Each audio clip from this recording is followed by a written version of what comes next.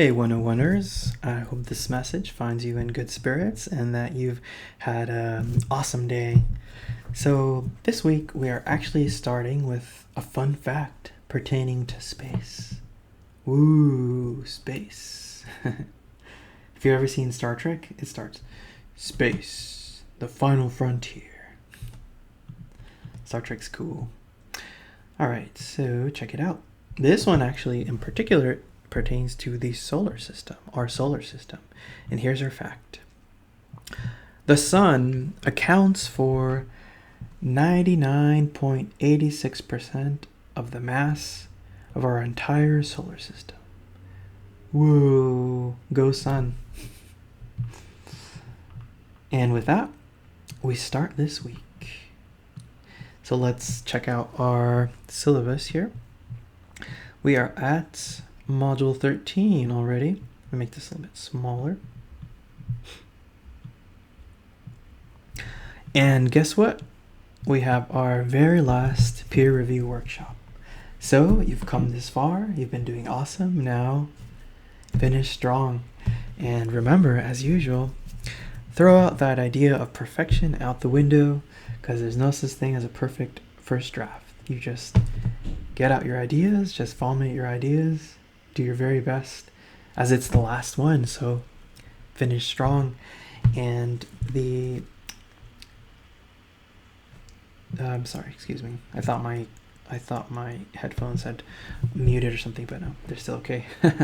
So please post it by Wednesday the 18th, and you're going to give feedback for the 3 classmates that you're going to receive by Sunday the 22nd. And yeah, this is 11:59 p.m. as usual. So with that, let's look at our canvas here. Here's what we have for this week. Here's the link.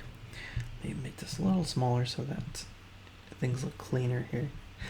So yeah, Wednesday the 18th by 11:59 p.m. Please submit your draft, and I'm actually going to add that there. Please at least 2 pages as usual of your draft, and then 1 minute after the deadline of that, the Canvas system is going to automatically give you your 3 drafts to look at. So Thursday the 19th, right at 12 a.m. All right, so here are your things to consider as you look at your classmates' drafts. First of all, I want you to highlight your classmates' thesis statement. And yes, absolutely, the thesis statement has to be a direct response to the task for this paper, which is selecting an issue and proposing a solution for that. So highlight your classmates' thesis statement. It should absolutely be apparent. Do they have one in the intro paragraph? It should absolutely be there. Is your classmate's central project / thesis an exploration of a real-life issue? And then are they offering a proposed solution for that? Because that's the task. Is it clear just what the issue is that your classmate will explore? Is their issue sufficiently narrow, or are they tackling something far too broad? Like, is your classmate saying, okay, I'm going to help all of endangered species, and I'm going to solve so that none of them become extinct. Wow, that's a large undertaking. Instead of selecting all the species, choose one species. Like, how can you help a particular whale that is an endangered species? How can you protect a specific rhino that is endangered?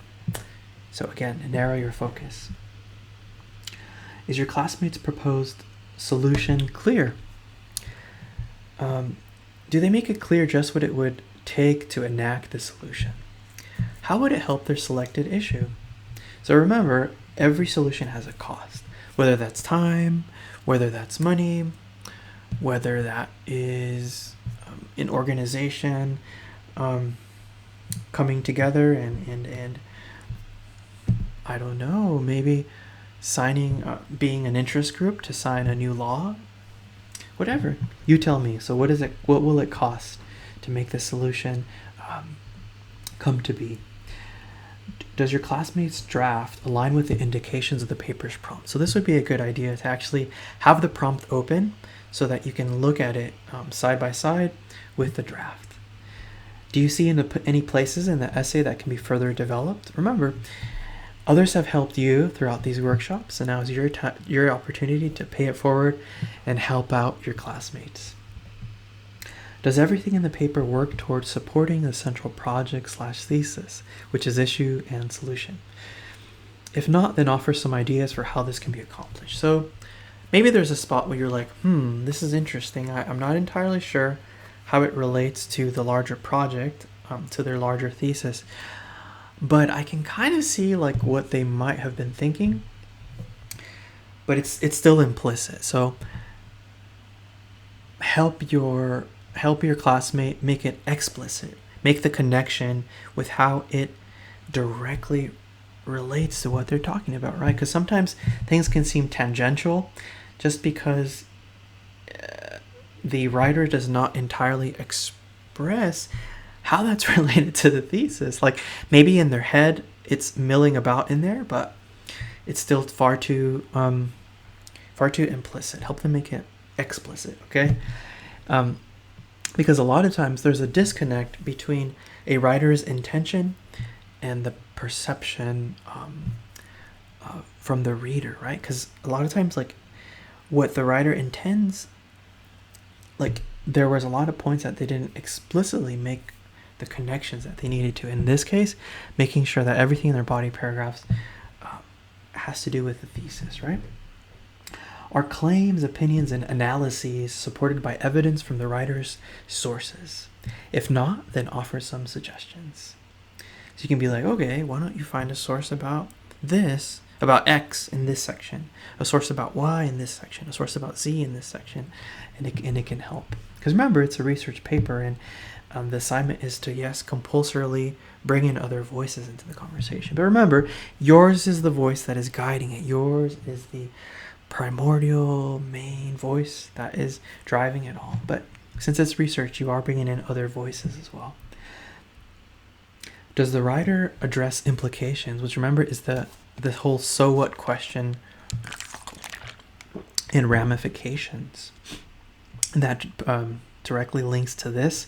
Remember the so what, like if we're talking about issue, is why is this a significant issue, and then here's a form of ramifications.